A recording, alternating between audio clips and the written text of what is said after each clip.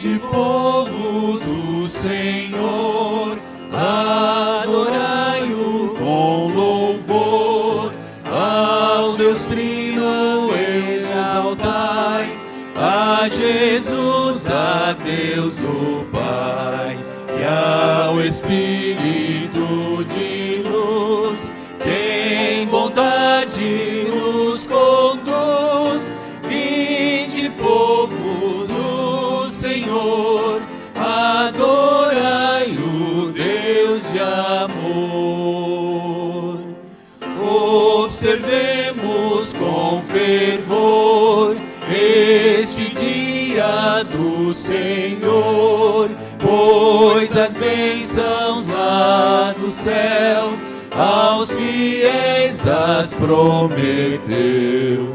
Atentai a sua voz, com amor falar a nós. Vinde, povo do Senhor, exaltai o Criador.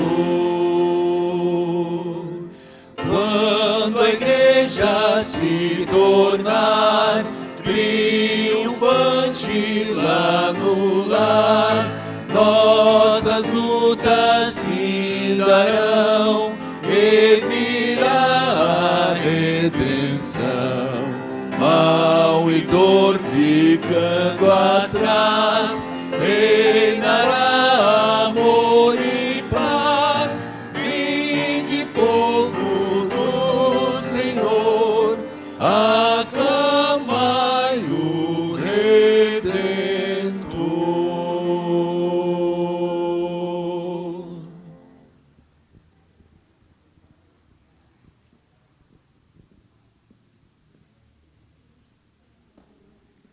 Vamos orar a Deus ajoelhados?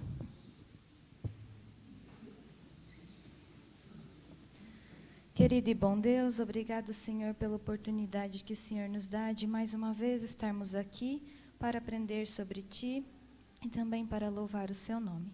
Pedimos que o Senhor agora possa abrir nossos corações, que possamos ouvir e colocar em prática tudo o que também já aprendemos ao longo dessa semana e que hoje vamos recapitular.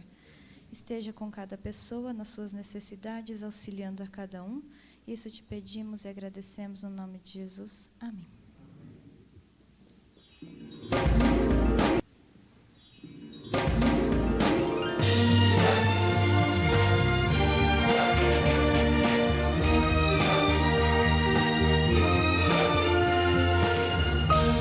Informativo Mundial da... Você está pronto para morrer? O pastor Roger visita todos os dias os pacientes do Hospital Adventista de Villahermosa, no México. Certo dia ele começou a conversar com José, um senhor internado no hospital com várias doenças. Seu filho e sua neta eram adventistas e sempre falaram para ele sobre o amor de Jesus. José chegou a ir em séries evangelísticas, estudou a Bíblia, mas nunca aceitou o chamado para ser batizado. Então ali, no leito do hospital, José ouviu o pastor Roger perguntar: "Você está pronto para morrer?" José respondeu: "Não estou preparado. Não acredito que meus pecados foram perdoados." O pastor respondeu: "Este é o momento certo de decidir. Você pode não ter outra chance. Eu posso batizá-lo." Naquela noite, José decidiu entregar a vida a Jesus e o pastor Roger orou pelo fortalecimento físico do paciente. José conseguiu se sentir forte novamente e uma semana depois de receber alta do hospital, foi batizado. José é um dos muitos pacientes que o capelão Roger viu serem transformados pelo poder do amor de Jesus. Roger geralmente não é tão direto com os pacientes, porém ele sabia do conhecimento bíblico de José. Para o pastor, o mundo está cheio de pessoas enfermas do pecado e é preciso mostrarmos simpatia por elas. Ele acrescenta que, ao mostrar afeição pelas pessoas, elas ficam mais abertas para o Evangelho. parte da sua oferta missionária em 2018, ajudou a construir uma nova ala para o Hospital Adventista de Vilahermosa. A sua oferta está ajudando mais pessoas a ouvirem sobre Jesus, através do Pastor Roger e da equipe médica. Muito obrigado! E neste trimestre iremos ajudar a estabelecer 13 centros de influência na divisão interamericana. Sejamos liberais.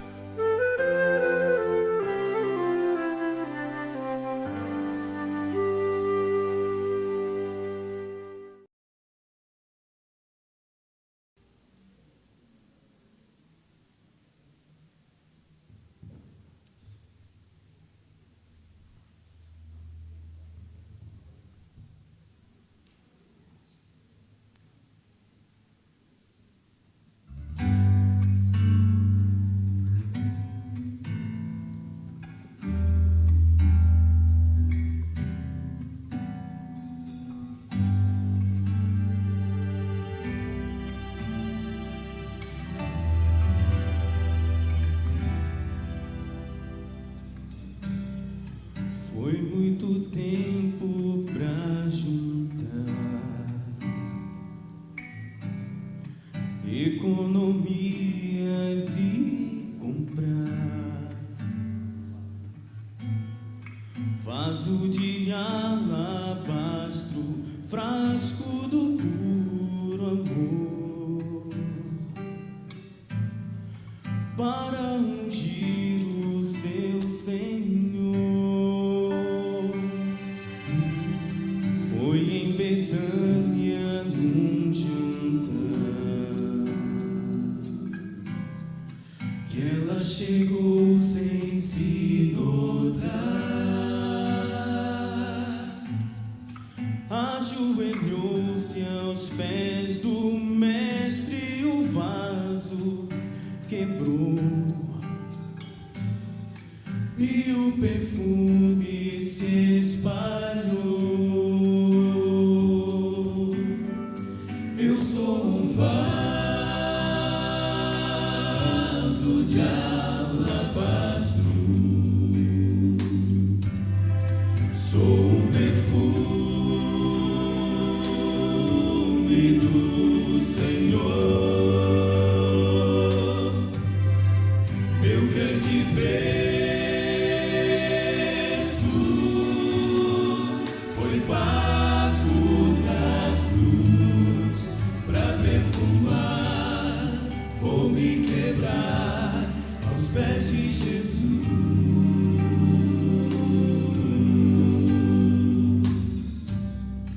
Nuvens se formam como um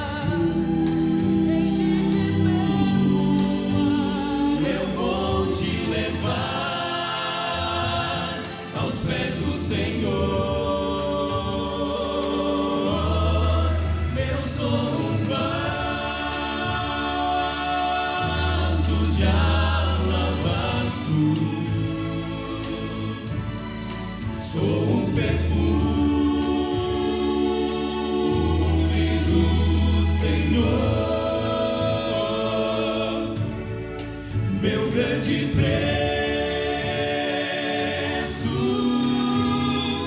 foi pago na cruz pra perfumar. Vou me quebrar aos pés de Jesus.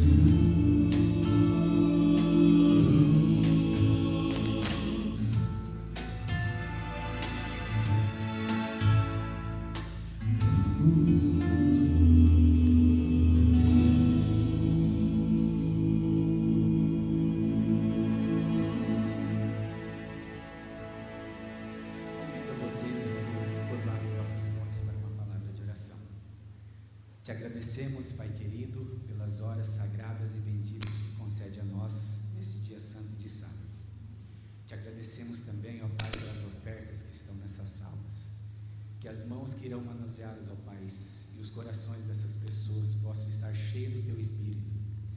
E as pessoas que irão receber as bênçãos dessas ofertas também possam estar com os corações abertos para a Tua mensagem. E um dia possamos encontrá-las nas mansões celestiais. Nos dê um restante de sábado feliz na Tua companhia, em nome do Teu Filho amado Jesus. Amém.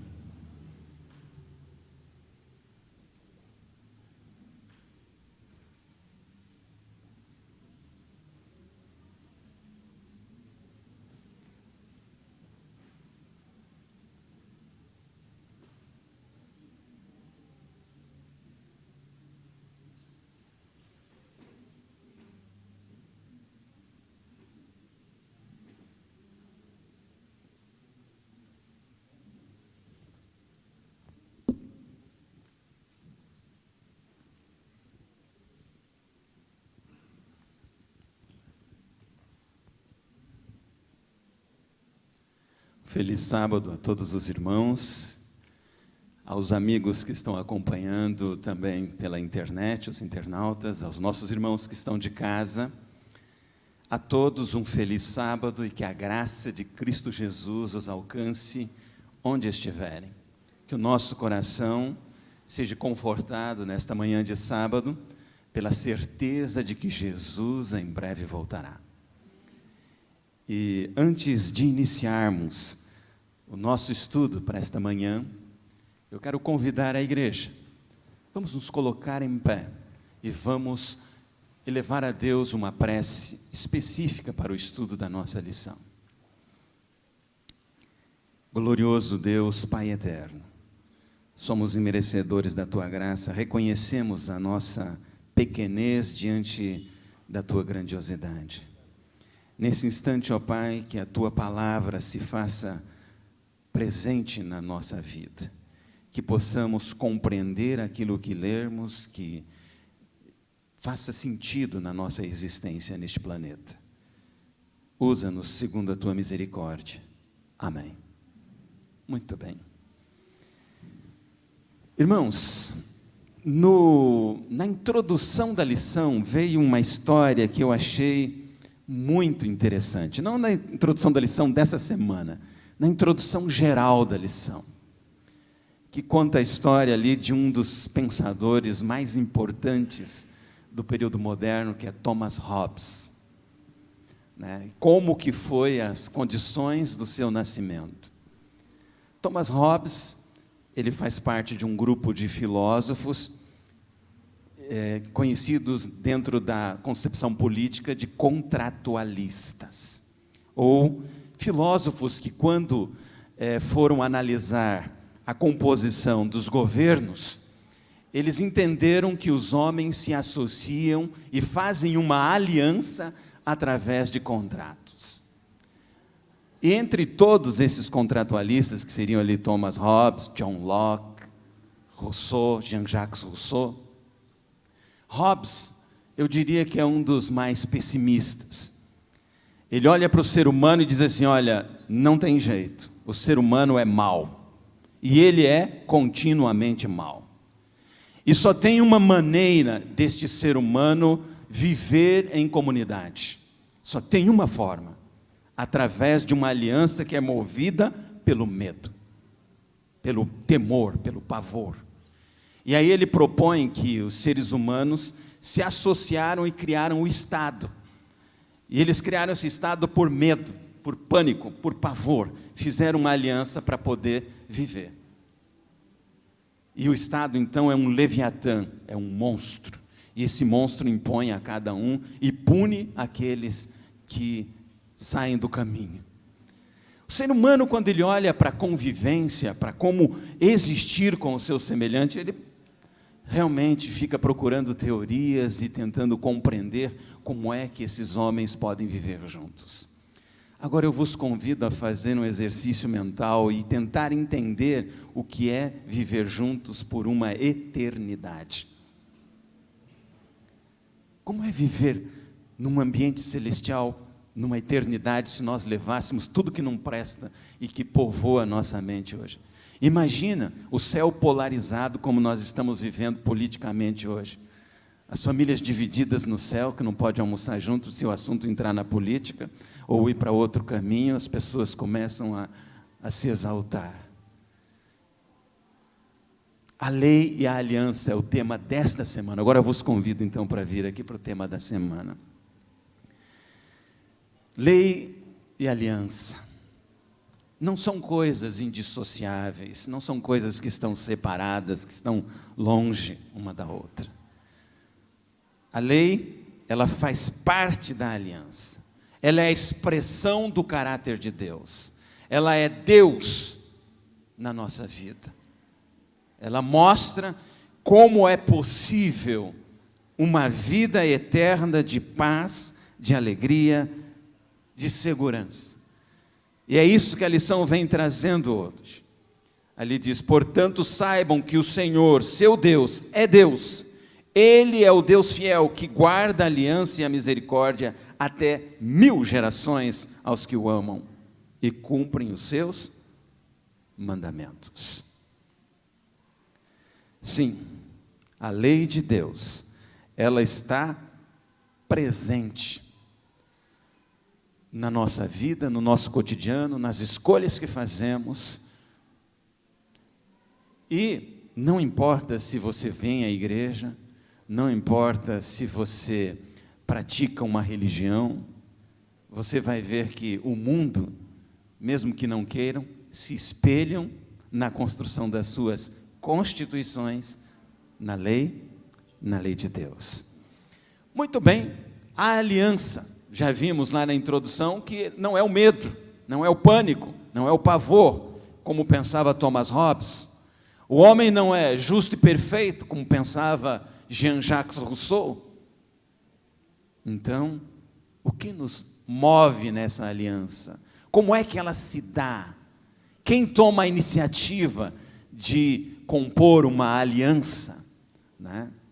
Na lição de domingo, ela tem o título ali, a eleição de Israel. E na eleição de Israel, então, entre as nações, era a mais bonita, tinha o povo mais bonito, o povo mais perfeito, mais organizado. Aí Deus disse: vamos olhar para a terra, pegar ali o que tem de mais perfeito, e vamos fazer então uma aliança para que esse povo seja um povo de sacerdotes que vai evangelizar o mundo e trazer esperança. Mais ou menos assim, né? Quem era Israel? Israel era um nada diante das outras nações. Israel era... Eles não tinham formosura, não tinham beleza, não tinham poder, não tinham organização.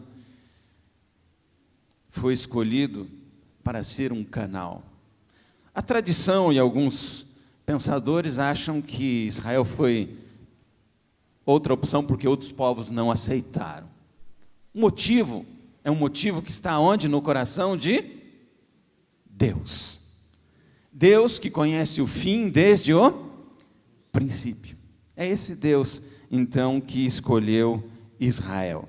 E se nós pensarmos que somos o Israel moderno, por que Deus te escolheu? Porque você é especial? Ou você se torna especial porque Deus te escolheu?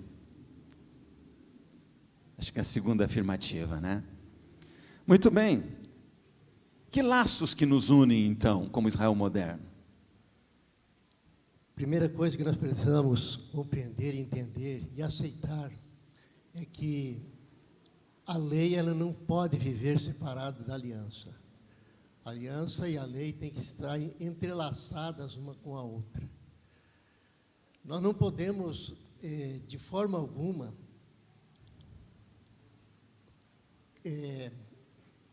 viver na aliança quebrando a lei, ou viver na lei tentando viver sem aliança. Quando nós falamos em aliança, nós falamos em relacionamento. E o que é um relacionamento? O relacionamento é uma comunhão que você vive, seja com a sua esposa, com a sua família, com o seu sócio de empresa, seja com Deus, ou com qualquer setor da sociedade que você viva. Você vive uma aliança, de uma forma ou de outra. Você tendo assinado um documento ou não, você está em aliança. O que seria do casamento se cada um de nós, casados, resolvesse sair com os jovens solteiros da igreja e passar a noite fora? O que seria do relacionamento com Deus se nós quebrássemos todos os dias os mandamentos, se nós quebrássemos a aliança? O que seria do meu casamento? O que seria da minha aliança que eu fiz com Deus há exatamente 38 anos atrás, quando desci nas águas batismais, se eu quebrasse o meu relacionamento com Deus diariamente? Nós precisamos entender que os laços que unem a aliança e os mandamentos é o relacionamento que nós temos com Deus. Os dois trabalham unidos, e é impossível nós abraçarmos a aliança se nós rejeitarmos os mandamentos. É impossível nós dizermos que estamos em aliança com Deus se eu quebro os mandamentos diariamente. Ok.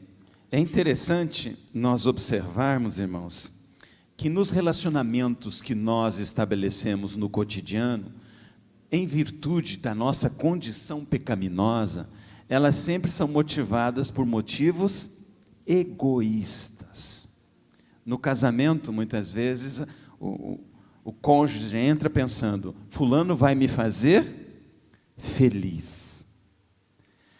Numa sociedade comercial se entra dizendo assim: a parceria com fulano vai me beneficiar nesses e naqueles aspectos. Há sempre uma motivação egoísta por trás disso. E no relacionamento, na aliança, nessa união que nós temos com Deus,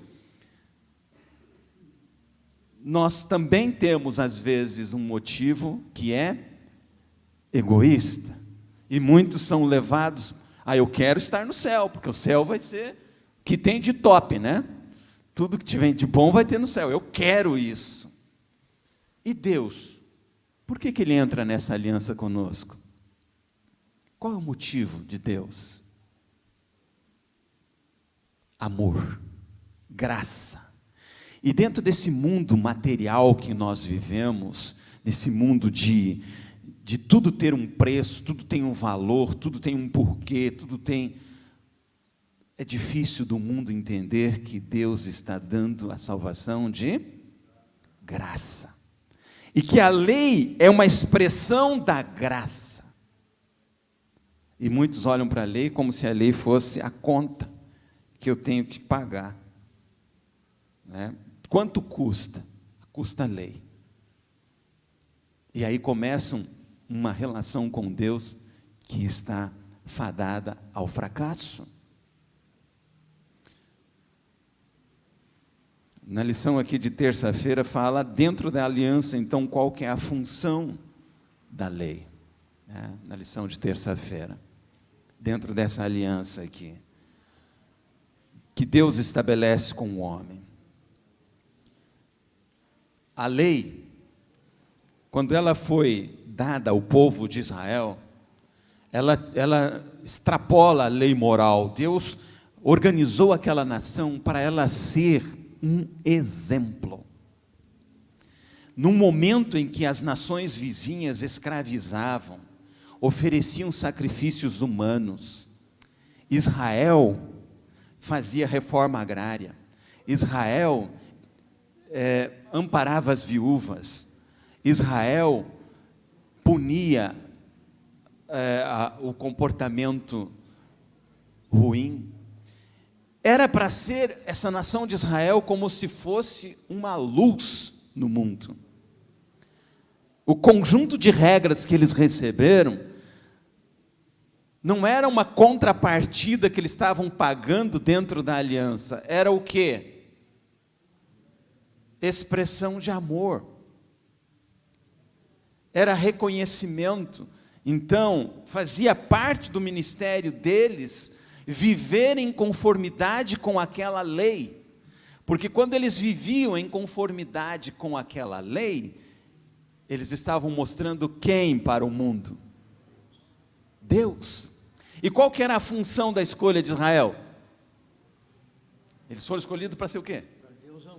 Mostrar Deus ao mundo. Eles eram uma nação de sacerdotes. Era essa a função deles. O salmista diz ali, bem-aventurado o homem cujo prazer está na lei do Senhor, e na sua lei medita de dia e de noite. Ou seja, a lei, ela promove o quê? Felicidade. Mesmo estando neste mundo. E você pode pegar todos os preceitos que estão ali, os 10, e vai analisando um por um. Infelizmente, o mundo hoje ele só entra em contradição, dá a impressão que só o sábado, é um problema. Se você diz assim, podemos matar? Independentemente do indivíduo ter princípios cristãos, dele conhecer a Jesus ou não conhecer, ele vai dizer, não. Logicamente, se uma sociedade que se fundamenta na possibilidade da morte, de matar, não é uma sociedade que se sustente. E assim você vai dizendo, roubar, e vai colocando todos eles, e dá a impressão que esse conjunto de regras, ele promove a felicidade.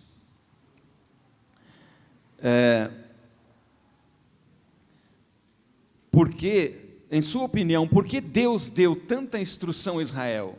Em que sentido essa instrução foram para o bem da nação? É aquilo que falamos. O objetivo era que a nação fosse feliz e que essa felicidade, ela extrapolasse os limites das fronteiras de Israel. No universo do mundo grego, o filósofo Aristóteles, ele olhava para a Grécia e pensava como o homem deve agir para promover a felicidade. E aí ele criou um livro que se chama Ética a Nicômaco. E nesse livro ele fala sobre a busca da eudaimonia, da felicidade. E como que deveria se então portar. Ou seja, essa busca pela felicidade que está presente nessa ansiedade dos filósofos, dos poetas, dos pensadores, dos literatas, dos ignorantes, do trabalhador, todo mundo quer ser o quê? Feliz. Não importa, nós nascemos com este impulso para a felicidade, com este vazio que precisa ser preenchido, e Deus pega o conjunto da sua lei e diz, viva assim, e espere que você vai ser o quê? Feliz. É essa a função da lei. A função da lei é mostrar que Israel não podia seguir os caminhos das outras nações, que ela tinha que viver de acordo com as leis de Deus, E isso promoveria então a sua felicidade e a felicidade dos outros. E, gente, é muito importante que nós tenhamos sempre em mente que quando estamos falando de Israel, nós também estamos falando de quem? De nós mesmos. Porque nós somos chamados também por Deus para uma missão que é a mesma, de levar graça, de levar evangelho, de levar boas novas de salvação. Temos uma verdade para anunciar ao mundo. E esse anúncio, prezados, não é só no discurso. Tem um provérbio que diz assim, os teus atos falam tão alto que eu não consigo ouvir a sua vós. Então, mais do que pregar graça, nós precisamos viver graça, viver em conformidade com a lei. Falando sobre a estabilidade da lei de Deus, o primeiro ponto que a gente não pode esquecer jamais é que a lei de Deus é eterna e que o nosso Deus não muda. Quando nós falamos que a Bíblia foi escrita por homens santos, escolhidos por Deus, nós precisamos lembrar que há uma parte na Bíblia que não foi escrita pelos homens, escolhidos por Deus, foi escrita pelo próprio Deus. Os 10 mandamentos foram escritos pelo dedo de Deus e está registrado nas páginas sagradas da Bíblia. E muitas pessoas dizem que a lei de Deus foi mudada, que nós não precisamos guardar a lei. Quando Jesus morreu na cruz, dizem eles que a lei foi abolida. Jesus disse: eu vim para cumprir a lei, não para abolir. Agora, nós precisamos também lembrar que ali na cruz do Calvário, Jesus ele cumpriu tudo aquilo que o ritual do santuário exigia aqui na terra. Nós tínhamos ali, no ritual do santuário, nós tínhamos o cordeiro, o sangue, o sacerdote, tínhamos a arca da aliança ali, e tínhamos então a intercessão do sacerdote pelos pecados nossos. Nós hoje vivemos na plenitude do ritual do santuário, porque nós temos os nossos pecados que são confessados sobre o Cordeiro de Deus, que é Cristo Jesus. Nós temos o sumo sacerdote que leva aos céus as nossas súplicas. E nós temos ali no santuário celestial a Arca da Aliança com os mandamentos ali dentro guardados. Então nós precisamos lembrar que Jesus ele não veio de forma alguma para abolir a lei. Ele veio para cumprir a lei e a aliança. Como pode andar duas pessoas juntas se não houver acordo? Diz lá em Amós 3:3. Como eu posso conviver com alguém se não houver acordo com esse alguém? Como eu posso conviver com a minha esposa se não houver acordo com ela? Como eu posso andar com Deus se eu rejeito os mandamentos, se eu não guardo a sua lei, se eu não aceito os seus conselhos, se eu quero viver da minha forma, da minha maneira? Israel não foi chamado para viver assim. E nós não fomos chamados para esta igreja para viver assim, para viver de acordo com nós bem queremos. Fomos chamados para ser um povo santo, uma propriedade exclusiva de Deus, chamados para anunciar as boas novas ao mundo. Essa é a função de nós, essa é a função da Igreja Adventista do Sétimo Dia. João, ele viu a Arca do Concerto, e ele viu ali dentro a lei de Deus. Então, queridos, o meu Deus é um Deus que não muda, é eterno. Queira eu aceitar ou não, os mandamentos continuarão conosco até o fim dos nossos dias de vida. A estabilidade da lei, né? Deus não muda e nele não há sombra de variação. Deus é eterno. A eternidade é um conceito que nós, seres humanos, temos uma dificuldade imensa de entender. Porque a eternidade, ela pressupõe que não existe nem início, nem fim. E na nossa natureza humana, naquilo que vemos, nós não encontramos nada que seja o quê? Eterno. Mas a lei de Deus é a expressão do caráter de um Deus que é eterno, de um Deus que está fora do tempo, que é antes do tempo. Como entender isso? Como compreender isso? Impossível. É como tentar pegar o oceano e colocar numa canequinha, né? É o trabalho daquele menininho que fez um buraquinho na areia e resolveu que ia esvaziar o mar. E ele ia até o mar e pegava uma caneca e colocava dentro do buraquinho na areia, tentando esvaziar o mar. Essa é a nossa tarefa, irmãos, muitas vezes quando nós queremos compreender alguns mistérios que são mistérios de Deus. Nossa relação com Deus é uma relação de amor, um relacionamento em que precisamos entender nossas limitações na compreensão desse Deus. Mas o que Ele tem para a nossa vida, Ele nos revela. Nada do que nós precisamos para alcançar a salvação está escondido. Está tudo aqui na palavra de Deus. Este é o caminho, andai nele. E Jesus diz: eu sou o caminho, a verdade e a vida. Ninguém vem ao Pai senão por mim. A vida de Jesus é a expressão da graça e da lei ao mesmo tempo, né? É essa expressão de amor. O universo de Deus, ele é regido por leis que encantam os físicos, os astrônomos, os matemáticos, pela precisão dessas leis que regem o universo. E cada vez que vão desvendando através da sabedoria humana que Deus permite, mais vai ficando lindo observar esse universo de Deus funcionando como uma engrenagem de um relógio, muito mais do que isto, onde cada coisa acontece dentro de uma lei maior.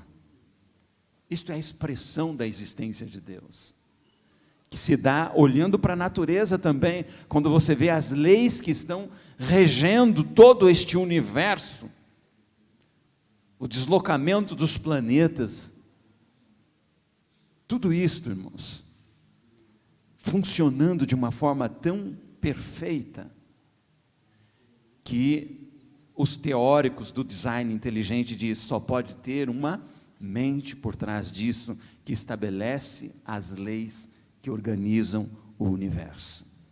É esse mesmo Deus que com seu dedo escreveu nas pedras, e deixou-nos, então, esse conjunto de regras morais para harmonizar o nosso relacionamento com o próximo e com o nosso Deus, e que estão presentes, então, de forma fundamental, indissociável, conforme nós vimos lá no início da lição, com a aliança que Ele estabeleceu conosco.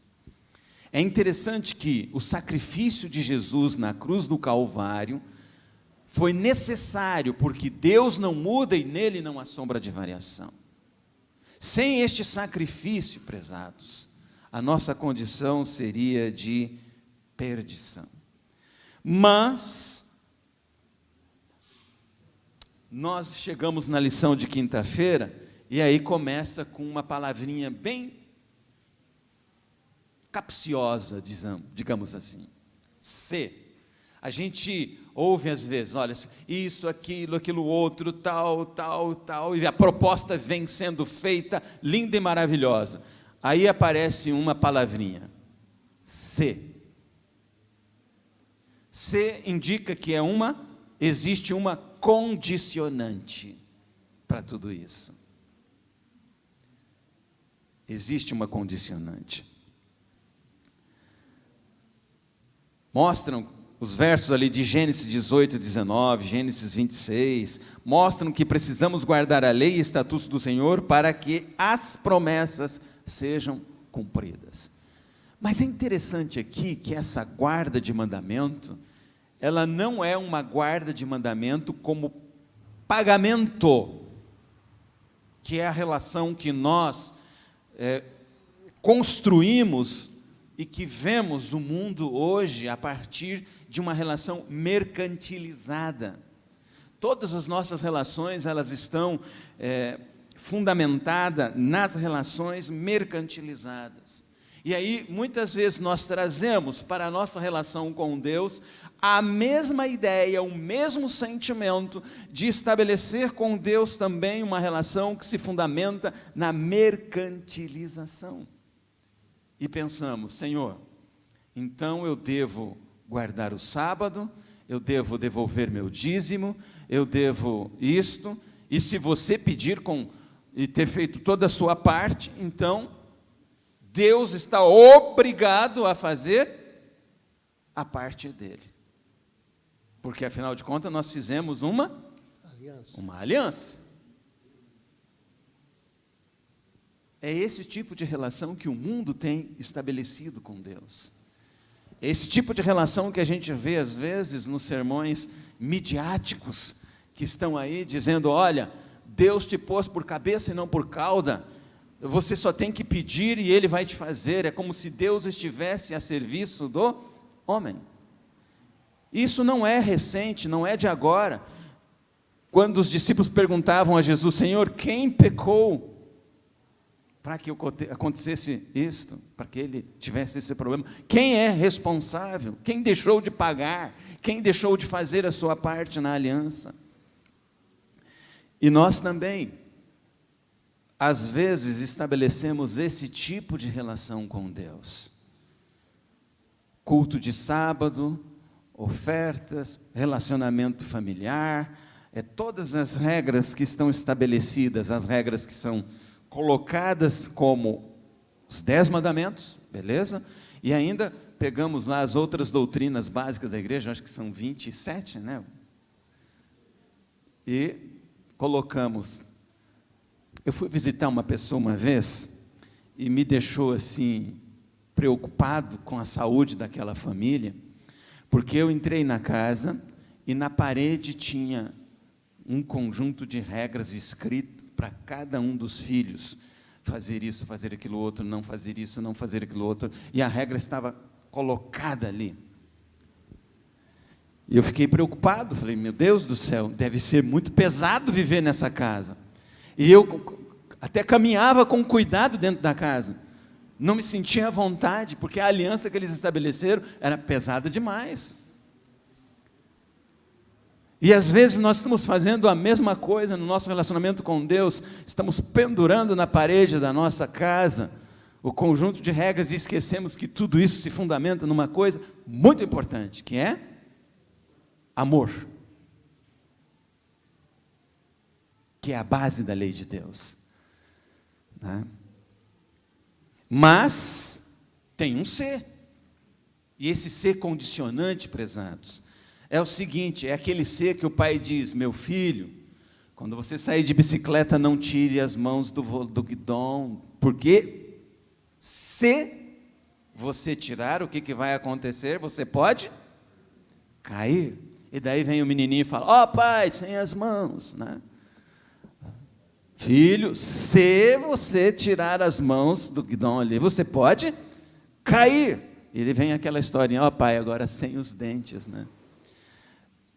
Ou seja, nós muitas vezes olhamos para o ser de Deus como se fosse uma paga, mas é Deus dizendo, meu filho, se você não honrar pai e mãe, vai ser triste a sua vida. Se você adulterar, a sua casa será destruída. Se você roubar, como é que uma sociedade vai se fundamentar numa sociedade onde todos roubam? Então, o ser de Deus, prezados, o céu é perfeito. E se você quiser estar lá, você tem que ser o quê? Perfeito. Sede santos. E aí, quando a gente recebe essa incumbência de Deus, sede santos, a gente fica preocupado, né? Porque a gente está a fim de pagar. E Deus diz que Ele vai nos tornar santos. Vamos fechar a lição, os últimos comentários do estudo adicional. Para finalizarmos aqui a lição, eu fico com o pensamento que está no comentário bíblico adventista, página 515. Primeiramente, deve haver amor no coração antes que uma pessoa possa, na força e na graça de Cristo, começar a observar os preceitos da lei de Deus. Se não houver amor, não adianta querer observar os mandamentos. Obediência sem amor é tão impossível quanto inútil. Porém, onde o amor estiver presente, a pessoa ordenará a sua vida naturalmente, em harmonia com a vontade de Deus expressa em seus mandamentos. Quando houver amor, naturalmente eu obedeço a Deus, porque Ele é a expressão maior do amor para todos nós. Amém. E amém porque Ele nos amou primeiro. E mais do que isto, quando nós dizemos assim, Senhor, eu quero te amar, Ele coloca o amor dEle em nós para que nós tenhamos condições de amá-lo. Porque nós, nos nossos pecados, somos incapazes até mesmo de amar a Deus. Então, irmãos, quando olharmos para a lei de Deus, vamos ter a certeza de que a graça vai estar presente, o amor de Cristo, o amor de Deus, nos capacitando para vivermos uma vida de felicidade, mesmo neste planeta ruim, horrível, mal, onde não está pior porque Deus tem os seus anjos segurando os ventos. Um mundo de guerras, de pessoas avarentas, jactanciosas, mais amantes dos prazeres do que amantes de Deus. Mas que esse mundo não seja o nosso mundo. Estejamos de passagem por aqui. E que o amor de Cristo reforce na nossa vida a certeza de que fomos chamados para sermos salvos por Cristo Jesus. Vamos orar então, encerrando o estudo da nossa lição. Como estão mesmo? Glorioso Deus, obrigado pela Tua graça, por esse dom imerecido, pela esperança que o Senhor coloca no coração dos Teus filhos, pela certeza que temos de que aqui ao nosso redor, os Seus anjos estão tomando cuidado de nós. Pela certeza que temos, ó Pai, de que quando cantamos, o nosso louvor é mediado pelo Teu Santo Espírito e chega ao Teu trono como cheiro suave. Temos a certeza, ó Deus, de que quando apresentamos pequenos atos de bondade, que são trapos de imundície, que são nada, mas que o fazemos porque a Tua graça transborda em nós, sabemos que isso tudo pode estar atraindo pessoas ao Teu amor, à Tua graça. Por isso, Senhor, usa-nos segundo a Tua misericórdia. Em nome de Jesus. Amém.